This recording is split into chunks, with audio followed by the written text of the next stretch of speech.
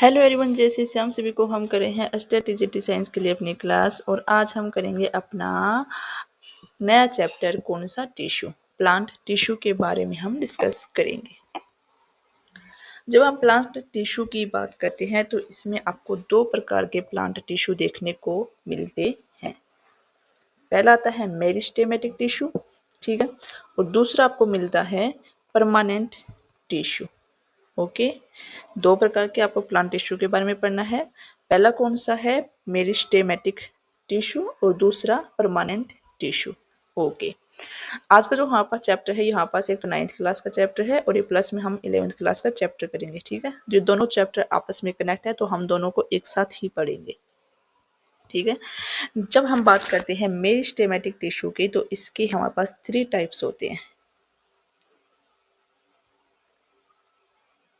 कितने type, 3 types. कौन कौन से? ए नंबर पे हमारे पास आता है एपिकल मेरिस्टेम, दूसरा आता है इंटरकैलरी मेरिस्टेम, तीसरा आता है लैटरल मेरिस्टेम।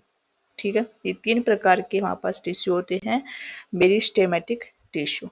फर्स्ट जब हम बात करते हैं एपिकल की तो ये हमारे पास कहाँ मिलेगा आपको, present at the growing tips of stem and root. जो हमारे पास रूट और स्टेम होती हैं, इनकी ग्रोथ के लिए जो रिस्पॉन्सिबल होता है, कौन सा टिश्यू रिस्पॉन्सिबल होता है, एपिकल मेरिस्टेम टिश्यू। ठीक है, तो आपसे अगर क्वेश्चन पूछा जाए कि हमारे पास स्टेम एंड रूट की ग्रोथ के लिए कौन सा टिश्यू जिम्मेवार होता है तो आंसर क्या आएगा, apical.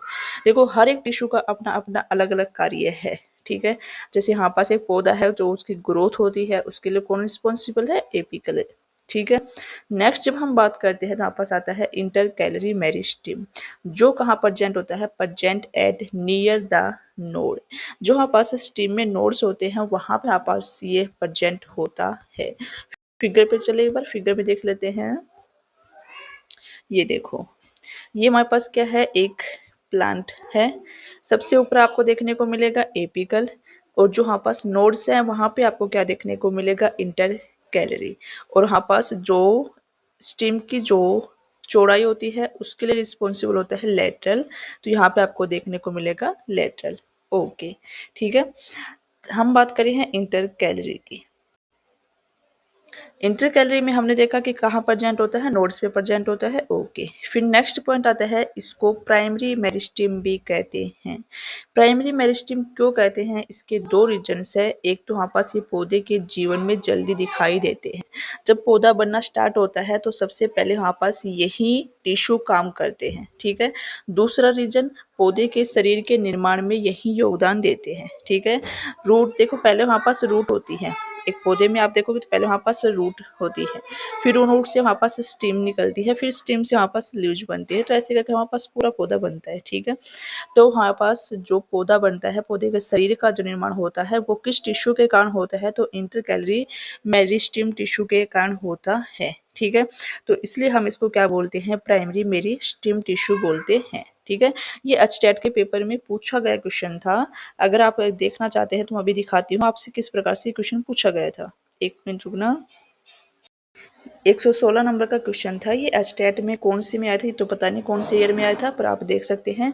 Intercalary meristem are the primary meristem because, बताइए, they appear early in the life of the plant, they contribute to the formation of the primary plant body. जो प्लांट बनता है, प्राइमरी प्लांट शुरू शुरू में, तो उसके शरीर में बनाने में हमारे पास यही जिम्मेवार होते हैं, और ये हमारे पास पौधे में सबसे पहले आपको दिखाई देते हैं। तो ये दोनों हमारे पास क्या हो जाएंगे, correct, both first and second are correct. ठीक है, तो इस प्रकार से आपसे ये क्वेश्चन पूछा गया था। ओके, ठीक है, यहाँ तक वापस इंटरकैलरी मेरिस्टेम की बात होती है। अब हमारे पास आता है लेटरल मेरिस्टेम, जिसकी हम बात करते हैं तो ये हमारे पास प्लांट में क्या काम करता है। जो स्टीम होती है उसकी चौड़ाई, और जो रूट होती है उसकी चौड़ाई जो इंक्रीज होती है वो किसके कारण होती है, इसी टिश्यू के कारण होती है। ठीक है, तो आपसे पूछा जाए कि जो प्लांट की ग्रोथ, जो स्टीम की चौड़ाई या रूट की चौड़ाई में हमारे पास कौन सा टिश्यू रिस्पॉन्सिबल है, तो आंसर क्या आएगा, लेटरल मेरिस्टेम। ठीक है, देखो हर एक टिश्यू का अलग अलग महत्व है। एपिकल की हमने बात की तो वो ग्रोथ के लिए रिस्पॉन्सिबल है। इंटरकैलरी की बात की तो ये पौधे के शरीर के निर्माण के लिए हमारे पास यही जिम्मेवार होता है। फिर थर्ड हमने बात की लेटरल मेरिस्टेम की, जो हमारे पास क्या करता है, तने की और रूट्स की चौड़ाई को इंक्रीज करता है। ठीक है, ओके। यहाँ तक हमारे पास मेरिस्टेमेटिक टिश्यू की बात होती है। नेक्स्ट जब हम बात करते हैं तो आपका सेकंड नंबर पे आता है परमानेंट टिश्यू। परमानेंट टिश्यू में आपको दो टाइप देखने को मिलेंगे, एक तो हमारे पास सिंपल और एक हमारे पास कॉम्प्लेक्स। ठीक है, सिंपल की बात करते हैं तो इसमें हमारे पास क्या होता है, एपिडर्मिस के नीचे कोशिकाओं की कुछ परतें होती हैं जिन्हें हम सिंपल परमानेंट टिश्यू बोलते हैं।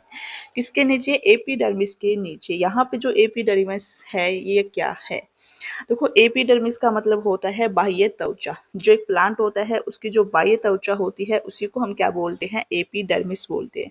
जिस तरह से हमारे शरीर में बाहरी जो लेयर है उसको हम क्या बोलते हैं, स्किन बोलते हैं, उसी तरह जो प्लांट की जो बाहरी लेयर होती है उसको हम क्या बोलते हैं, एपिडर्मिस बोलते हैं। ठीक है, ओके, यहाँ तक समझ में आया। ओके, फिर हम बात करते हैं तो एपिडर्मिस के जो नीचे कोशिकाएं होती हैं उनको हम क्या बोलते हैं, सिंपल परमानेंट टिश्यू बोलते हैं। ओके, अब इन टिश्यू में आपको क्या क्या देखने को मिलेगा। फर्स्ट नंबर पे हमारे पास इसमें टिश्यू आता है पैरेनकाइमा टिश्यू। फर्स्ट नंबर पे इस जो सिंपल परमानेंट टिश्यू है इसमें आपको क्या देखने को मिलेगा, पैरेनकाइमा टिश्यू। ये टिश्यू आपस किस में पाया जाएगा, सिंपल परमानेंट टिश्यू में। ओके, फिर जब हम बात करते हैं पैरेनकाइमा की तो ये पतले सेल वाल वाली सेल कोशिकाओं से मिलकर बना होता है। और ये जो कोशिकाएं होती है इसमें कैसी होती है, जीवित कोशिकाएं होती हैं।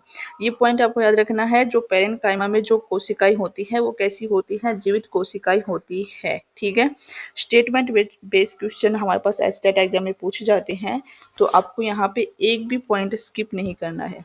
ठीक है, तो यहाँ पर जो पैरेनकाइमा में, हाँ पैरेनकाइमा में जो सेल्स होती है वो कैसी होती हैं, जीवित सेल्स होती हैं, लिविंग सेल्स होती हैं। ओके, इन कोशिकाओं में क्या होता है, इंटरसेलुलर जो स्पेस होता है वो कैसा होता है, ज़्यादा होता है और लूजली अरेंज होती है।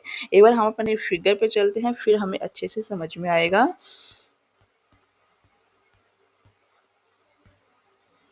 ये देखिए, इस फिगर में आप देखोगे तो हमारे पास ये क्या है, एक स्टीम है। जैसे हमारे पास एक स्टीम इस प्रकार से जैसे स्टीम है तो इसको बीच में से कट कर दिया। ठीक है, तो कट जो पार्ट होता है ना गोल गोल, तो उसको दिखाया गया है यहाँ पे। ठीक है, और इसको अच्छे से खोल के हमारे पास यहाँ पे बताया गया है।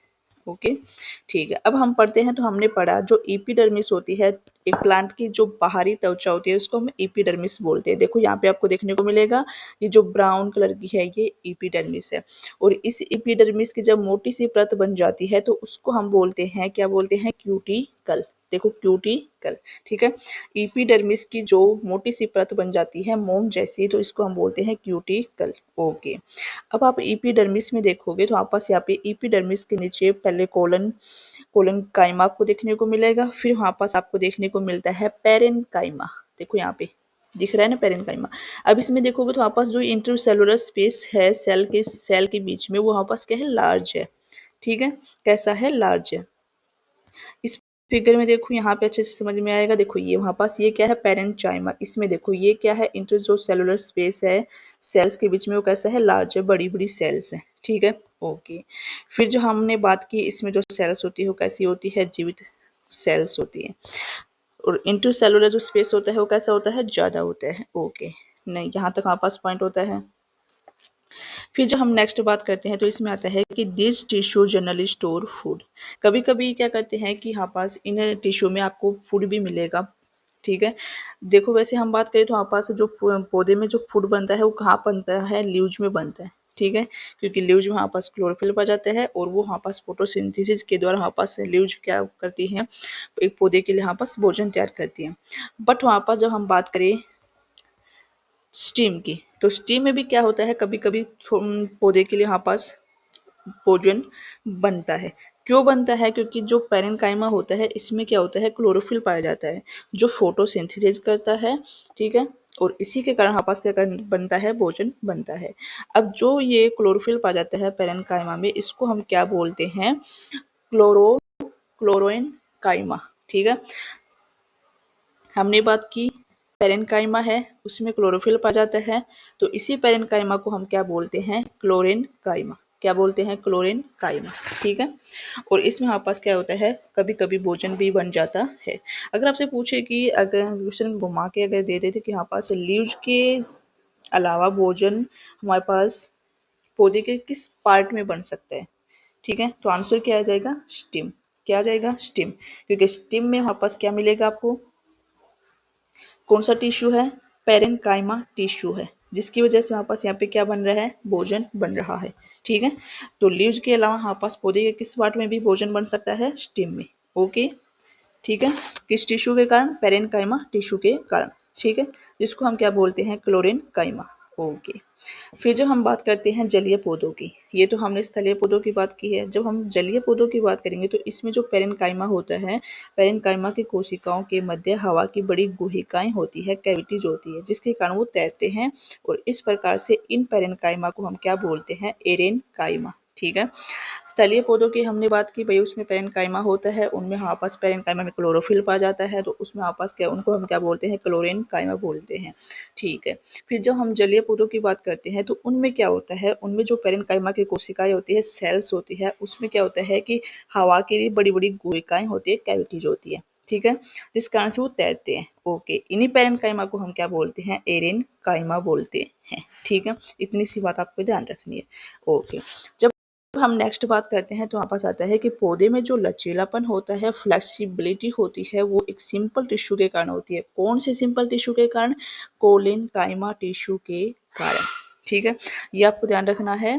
एक पौधा जो होता है वो लचीलापन होता है, जिस पौधे में जो लचीलापन होता है, फ्लेक्सिबिलिटी होती है, वो किस टिश्यू के कारण होती है? कोलिनकाइमा टिश्यू के कारण होती है। जो आप एक तना ले लीजिए, जैसे ये तना है, इस तने को आप मोड़ दोगे तो वहाँ पर से टूटता नहीं है। ठीक है, एक सिंपल सा एग्जांपल है यहाँ पास किसका? धनुष का। आप धनुष बनाते हो एक तने से, तो वहाँ पास धनुष को ऐसे घुमा देते हैं, फिर भी वो टूटता नहीं है। यहाँ पे हम रस्सी बांध देते हैं, देखो फिर वो टूटता नहीं है। तो ये फ्लेक्सिबिलिटी है पौधे में, किस कारण से है? कौन से टिश्यू के कारण है? कोलिनकाइमा टिश्यू के कारण है।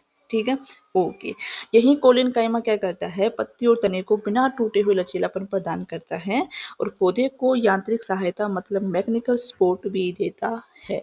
ठीक है, तो आपसे अगर पूछे कि जो पौधे को मैकेनिकल सपोर्ट कौन सा टिश्यू देता है, तो आंसर क्या आएगा? कोलिनकाइमा टिश्यू। ओके, यहाँ तक सभी क्लियर होंगे पॉइंट्स। ठीक है, फिर जब हम कोलिनकाइमा की बात करते हैं, भाई ये कोलिनकाइमा आपको देखने को कहाँ मिलेगा? जो एपिडर्मिस होती है, इसके नीचे आपको ये देखने को मिलेगा। और इनमें जब हम इंटरसेलुलर स्पेस की बात करते हैं तो क्या होता है? कम होता है। ठीक है, पेरेन्काइमा की हमने बात की, उसमें तो वहाँ पर जो इंटरमोलिकुलर स्पेस था, इंटरसेलुलर स्पेस था, वो कैसा था? ज़्यादा था।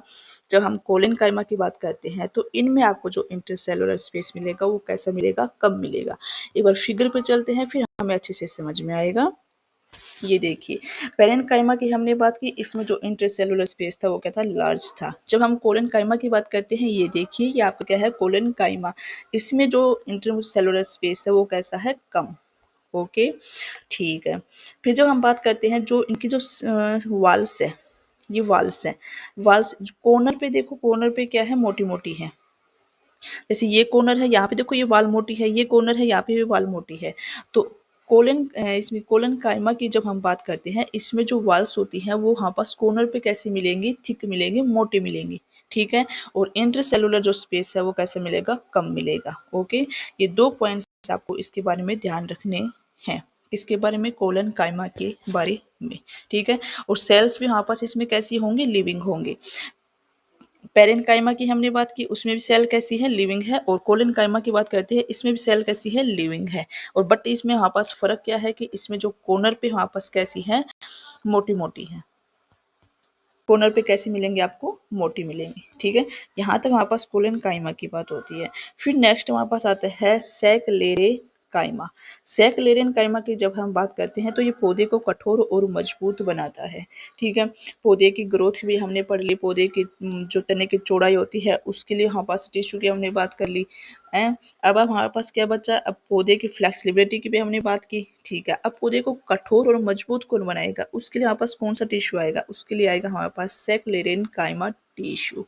ओके, जैसे हम एग्जाम्पल की बात करते हैं, नारियल, नारियल का जो छिलका होता है वो देखना कितना हार्ड होता है, कितना कठोर होता है। ठीक है, तो वहाँ पास सेकलेरियन टिश्यू से ही बना होता है। ठीक है।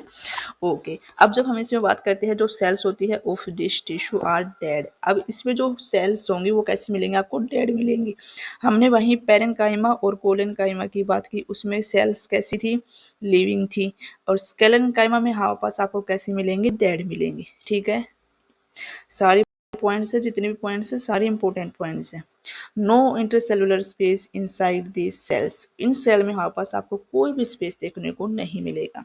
ठीक है, ओके, यहाँ तक हमारे पास परमानेंट टिश्यू की बात होती है। परमानेंट टिश्यू में सिंपल परमानेंट टिश्यू की बात होती है। खत्म नहीं हुआ है अभी। परमानेंट टिश्यू में भी हमने किसकी बात की है? सिंपल परमानेंट टिश्यू की बात की है। कॉम्प्लेक्स टिश्यू बनता है, इसको हम अपने नेक्स्ट क्लास में करेंगे। अब हमने क्या पढ़ा उसका एक बार देख लेते हैं, हमने क्या क्या पढ़ा है। ठीक है, हमने पॉइंट की बात की, एपिडर्मिस की बात की। एपिडर्मिस क्या होता है पौधे में? ये आउटर मोस्ट लेयर होती है सेल की। ओके, ठीक है। दूसरा हमने पढ़ा एपिकल के बारे में, जो किसके लिए रिस्पॉन्सिबल होता है? Growth of the stem and root की ग्रोथ के लिए। ओके, तीसरा हमने बात की इंटर कैलरी की, तो ये क्या करती है? कंट्रीब्यूट करती है to the formation of primary plant body. एक पौधे को बनाने में, पौधे का शरीर बनाने में हमारे पास कौन सा टिश्यू हेल्प करता है? Inter calorie. ओके, नेक्स्ट फिर हमने बात की लैटरल की। ये किसके लिए रिस्पॉन्सिबल होता है? Growth of stem and root. Growth का मतलब चौड़ाई, स्टेम और रूट की चौड़ाई के लिए हमारे पास ये रिस्पॉन्सिबल होता है। ओके, फिर हमने बात की थी पेरेन्काइमा की। पेरेन्काइमा होता है, इसको हम क्या बोलते हैं? क्लोरेन्काइमा बोलते हैं। क्यों बोलते हैं? क्योंकि इसमें हमारे पास क्या पाया जाता है? क्लोरोफिल पाया जाता है। ठीक है, ओके। पेरेन्काइमा की फिर हमने बात की थी, इसमें सेल्स कैसी होती है? लिविंग होती है। ठीक है, और इंटरसेल्युलर जो स्पेस की हमने बात की थी वो कैसा था? इसमें लार्ज। ठीक है, इन पॉइंट्स की हम बात कर चुके हैं। ओके, फिर हमने बात की थी एरेन काइमा की। इसमें जो जलीय पौधे होते हैं उसमें आपको एरेन काइमा देखने को मिलता है। ओके, फिर हमने बात की कोलेन काइमा की, जो रिस्पॉन्सिबल होता है किसके लिए? Flexibility of the plants and mechanical support. जो एक पौधे को मैकेनिकल सपोर्ट देता है एंड फ्लेक्सिबिलिटी दे देता है। कौन देता है? कोलेन काइमा। ओके, फिर जब हमने इसमें बात की थी इंटरसेलुलर स्पेस की, तो कैसा होता है? कम। और इसमें सेल्स भी कैसी होती हैं? लिविंग। ठीक है, और बट क्या होता है? Thick and the corner. Corner पे आपको कैसी देखने को मिलती है? मोटी। ठीक है, इन सभी पॉइंट्स की हमने बात कर चुके हैं। ओके, फिर हमने बात की है सबसे लास्ट में स्केलेनकाइमा, जिसमें क्या होता है? रिस्पॉन्सिबल होता है for the strength of the plant. अब जो प्लांट को ताकत देने का काम करेगा वो कौन करेगा? स्केलेनकाइमा। ओके, जिसमें जो सेल्स होती है कैसी होती है? Dead. Intercellular space, no space. ठीक है, तो यहाँ तक हमने सिंपल टिश्यू की बात की। एक बार फिगर में भी चेंज देख लेते हैं। एक मिनट रुकना, ये आ गए। पहले हमने पेरेन्काइमा की बात की, पेरेन्काइमा की, इसमें यहाँ पर जो इंटरसेलुलर स्पेस है लार्ज। फिर हमने बात की कोलेनकाइमा की, जिसमें इंटरसेलुलर स्पेस कम। ठीक है, और यहाँ पास कॉर्नर पे कैसी मिलेंगी? वाल थिक। ओके, फिर जब हमने नेक्स्ट बात की है स्केलेनकाइमा की। ठीक है, उसमें हमारे पास दो प्रकार के आपको मिलेंगे, एक तो ट्रांसवर्स सेक्शन, एक लॉन्गिट्यूडिनल सेक्शन। ट्रांसवर्स कैसे मिलेगा आपको? ये यहाँ पास मिलेगा ट्रांसवर्स सेक्शन, और लॉन्गिट्यूडल मतलब लंबी लंबी। ठीक है, इस टाइप की सेल्स आपको देखने को मिलेंगी। यहाँ तक हमने इन टिश्यू के बारे में पढ़ लिया है। नेक्स्ट क्लास में हम कौन सा करेंगे? अपना कॉम्प्लेक्स टिश्यू। ठीक है, तो वहाँ पर से आप यहाँ अपने प्लांट जो टिश्यू है ये चैप्टर कंप्लीट हो जाएगा नेक्स्ट क्लास में। मिलते हैं नेक्स्ट क्लास में, और क्लास अच्छी लगे तो एक प्यारा सा कमेंट और जरूर कर देना।